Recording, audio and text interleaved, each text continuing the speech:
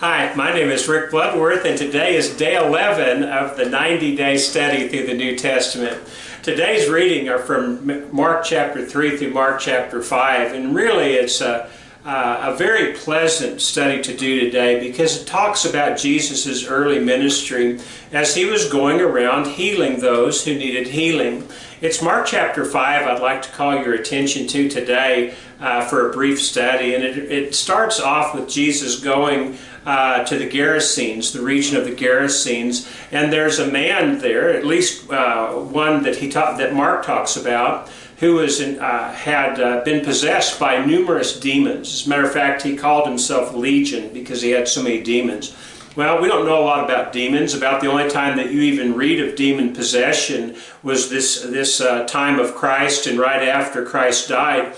Don't know exactly why God let them have a time here on earth other than to think that maybe he wanted to prove his power over evil. And Jesus certainly did that. When he came across this man who was possessed with all these demons, he commanded the demons to leave him, and the demons did. You recall the famous incident where they pleaded with Jesus to send him into the herd of pigs, and so Jesus did that, and they rushed down the hill and into the lake, and they drowned.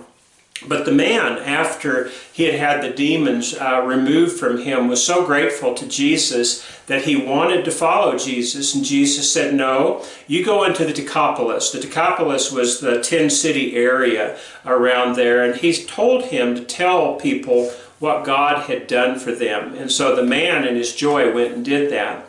Well, the next incident that we find is Jesus healing a woman who had been ill for 12 years with a terrible malady. She had, we are told, spent considerable money and time going to all sorts of doctors who simply couldn't help her.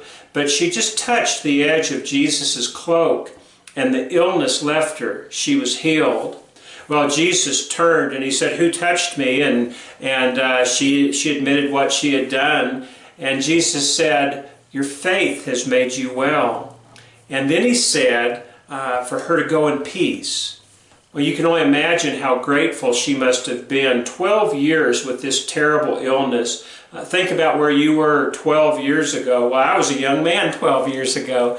That's a long time to suffer, and she did suffer tremendously, we are told, even to the point where she even suffered at the hands of many doctors. But now she is free from her illness and she has peace.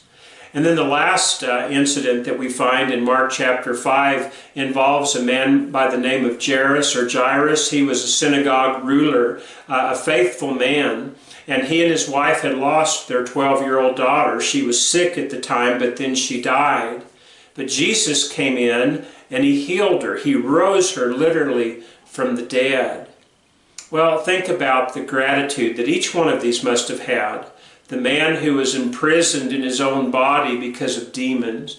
The woman who was held captive by her illness. She probably didn't have too many waking moments where she wasn't thinking about that illness. And then the man and the woman who were overcome with grief at the loss of their daughter, and now she was restored to them. You see, the beauty of what Jesus does for us is he brings us healing, spiritual healing. We were lost and now we're found. We were dead, but now we're alive. For those who accepted Jesus on his terms, we have peace and we have joy and we have gratitude. You see, Jesus came into the world to help the world, and he came into the world to help us that we might have an eternal life with him.